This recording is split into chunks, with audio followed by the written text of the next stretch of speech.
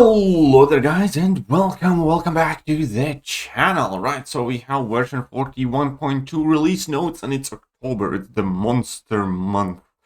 And since a lot of information from this post does overlap with the Kabam stream summary, I will be going over this relatively briefly and then kind of focusing on the side event details because Steve is coming back and it's time to celebrate. As you can see in the picture here, little Steve is back in action. Right, so we're going to start off with the event quest. Obviously, it's going to be, to do with Werewolf by Night and Morbius. So kind of like I already have heard Twilight jokes, MCOC Team Edward or MCOC Team Jacob. Let me know, I suppose, but hate Twilight. My little symbiote. So we're going to have a symbiote themed event again, just like before. I'm going to go as I said, I'm going to go into details a bit later in the video, but we're going to get Steve back in action with special boosts, and this time around also pre-fight abilities, so that's going to be quite interesting. Night Null's Void, obviously that's to do with the symbiote event as well, and we have Act 8, Chapter 3 coming, and that's coming on 18th of October, so it's like 2 weeks I think after release.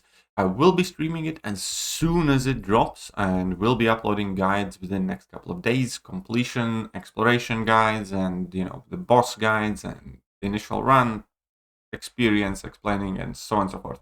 Remember that this time around 8.3 is going to be half as long as the stuff before, because it's only going to be 3 paths per quest.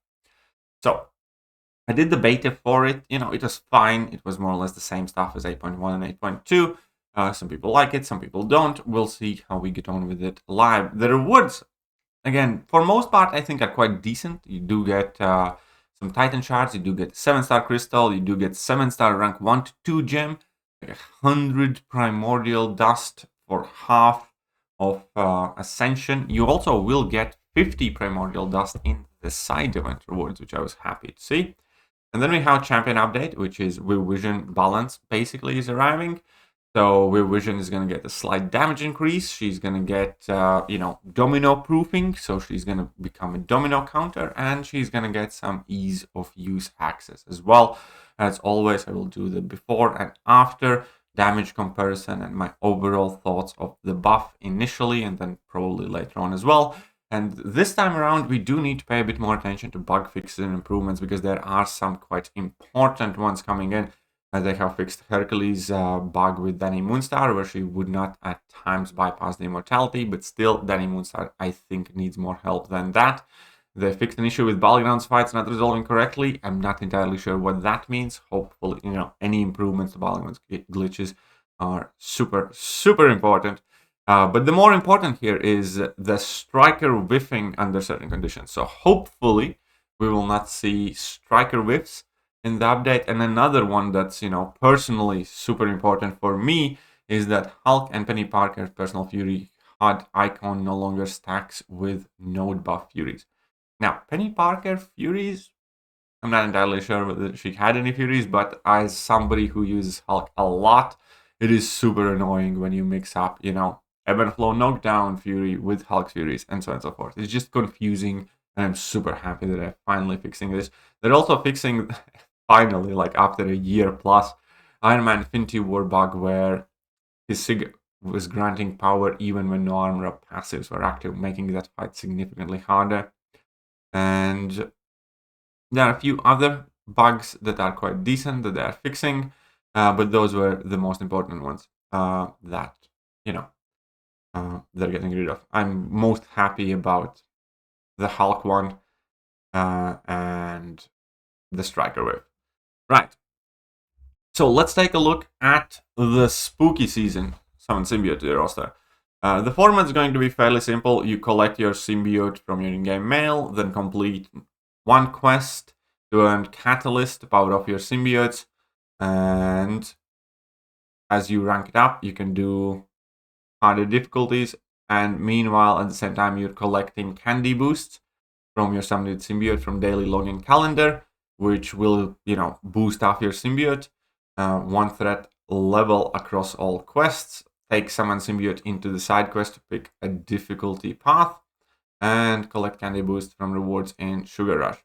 And then you're gonna earn your candy, which you will be able to spend in the candy shop. So this time around, again, we're gonna have a side event currency that is going to be candy that we will be spending based, on the resources that we want and need the most. I always prefer when Kabam does the stores rather than set rewards because, for instance, it always depends on the player. Some of you will, try to get as much 6-star shards as you can to expand your 6-star rosters. Many players, like myself included, don't really care for 6-star stuff all that much anymore, aside from, the catalysts that overlap with 7 stars. All about 7-star shards now and, the big catalyst. And there you go. At end of the event, your Summoned Symbiote will remain in your roster, but he will be significantly weaker than he will in the side event. And there you go. The leveling up is as it was before. Basically, you're going to use your Splinter Catalyst if you already have your symbiote leveled up. Perfect. And then you're going to be logging in to get your boosts. Here's the specific, boost schedule, what kind of boost you are getting. And that is the full ability breakdown. I'm not going to go through all of them, but, there's going to be some very, very cool abilities. And I'm sure there are going to be some very, very cool videos. But this time around, you will also get pre-fight abilities. With each enemy defeated, the Summoned Symbiote gains a number of charges that can be used to activate specific abilities for Null's Void quest. Cannot be used in Sugar Crash. This can be used up to 3 times per quest and work during a single fight. Summoned Symbiote gains more abilities as he is ranked up. The full list of these pre-fights is here again, and they are quite potent yet again. Reduce the opponent's Purify ability accuracy by 70% at the start of the fight with a Fortitude buff, reducing incoming damage from all sources by 18%. That's quite powerful. Increase the potency, chance, duration of all evolutions except this one by 20% when struck. There is 20% chance to gain unstoppable buff for 2 seconds, and so on and so forth. There is quite a good stuff. If the last hit landed was a medium attack, landing another medium attack grants a Fury buff for 9 seconds, giving you attack. All sorts of stuff like that. So definitely look forward to messing around with Steve as much as I can, and definitely will record some gameplay of it. So here is the candy acquisition, how much you can earn. It's basically 10,000 per week here. I do not know if there are going to be any additional sources of it, but in total, it does look like it's going to be 50,000 candy that you can spend as you please. You will have access to lower rarity stores, so be careful, because last time around with the Incursions event, they mixed the order of Thronebreaker and Paragon offers, and I only realized it later on. Luckily, was still enough to get what I needed from it. But just double check what you're buying and that it is the best price, because some of these things like 6-star shards or Tier 3 Alpha stuff will overlap, for instance, from Paragon store to Thronebreaker store. Hopefully it's sorted out in an orderly fashion, but you never know. Again, it's a very easy mistake to make that you might be quite annoyed by, but you'll be able to get like 1k 7-star shards from here and a whole bunch of other goodies. However, that is not all. It is actually going to be better than it looks reward-wise from the store, because just like in similar events before, with every bit of candy that you spend, up to, the maximum, I believe, is 50k. So the final milestone's at 48k, which is the profile picture. You will be getting also these rewards additionally. So this is going to be like a solo event that when you spend candy, you just get this stuff. You don't have to pick and choose here. So it's going to include, obviously, Tier 3 Alpha Catalyst Fragments, Tier 6 Basic Catalyst Fragments, some Relic stuff, some Gold, some ISO, some 7-star shards, some 6-star Relic shards, Tier 6 class Catalyst Fragment selectors. Again, it's very small amounts though. But most importantly, it includes Tier 2 Primordial Dust. So that, is quarter of a 6-star Ascension. Putting together with the 8.3, you will be able to earn at the very least 150. That means we're going to be 50 short, which I'm sure is going to pop up in an offer somewhere or something. But or we're just going to need to wait till November. I do suspect that November is the latest when we will be able to ascend the next champion if you, do 8.3. And here we are. So I do like these, side events as well, kind of like guaranteed set of rewards as well that Kabam is giving to you. Other than that, there will be some solo events, small, that will include, different profile pictures. I'm sure quite a few of you are quite happy about it. But you need to fight or win fights with villain champions. And there's also going to be a hashtag Legion of Monsters that will also get you Werewolf by Night profile picture, as well as some ISO and some other stuff similar to it. I must say that this time around, the side event crystals actually quite good from what I saw, because as we can see, the side event, cab crystals, I wish they shifted to Paragon crystals, but this is going to be impossible until, there are more 7 stars in the game, because cab crystals really aren't anything, special anymore, especially if it's not the new champions. So we have Blade, Ghost, Tiger, Mole Man. Again, for some, I want to correct this. I don't want to be quote unquote elitist, or country club member here. Obviously, for a lot of players, they are still exciting and important, and I respect that. We are all progressing through the game at different levels. But for the higher top tier players, Cow Crystals really ain't it anymore. So, Blade, Ghost, Tiger, Mole Man, Sentinel, Atuma, Omega Sentinel, Ghost Rider, Elsa, Sabretooth, Abomination, Immortal, Sauron, Terror Skull, Obsidian, Man-Thing, Sasquatch. There's a ton of useful champions. Gore, Joe Fixit, Howard the Duck, and a few duds, that just had to put Beast in it. So here we go.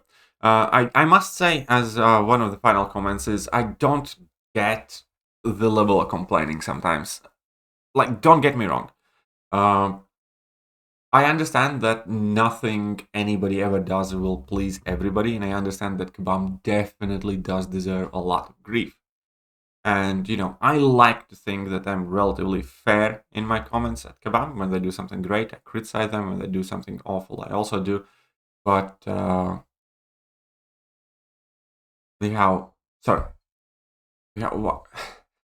It's like, why can't we be creative? No one wants a repeat event, and nothing different from last time, rather than last year being much better, if I'm not wrong. I'm not 100% sure on the rewards, whether they work out like great compared to previous items or not. But, I for one am super happy to see Steve back. Will the event be somewhat different? Probably. Will it be vastly different? Not, but like, we haven't played the event yet, really. And there are new boosts, a lot of them. And there will be some very cool new interactions and everything else. But yeah, the very first comment up top is just like, somebody will always complain about it. And again, I understand being displeased with Kabam. I'm just thinking that you should probably save it for, when they actually screw up, or like commissary event, for instance, or the bugs, or some other issues. But whatever. Either way, let me know what you guys think about this entire event and October update. So it will be quite busy. We're going to have extra rewards in Battleground seasons. We are going to have 8.3. We're going to have Symbiote happening and a bunch of other stuff as well. So I personally do look forward a lot of the stuff that's going to be in MCOC, and we'll try to bring you some awesome and fun content. Let me know what you guys think, and I will catch you guys soon. Bye-bye.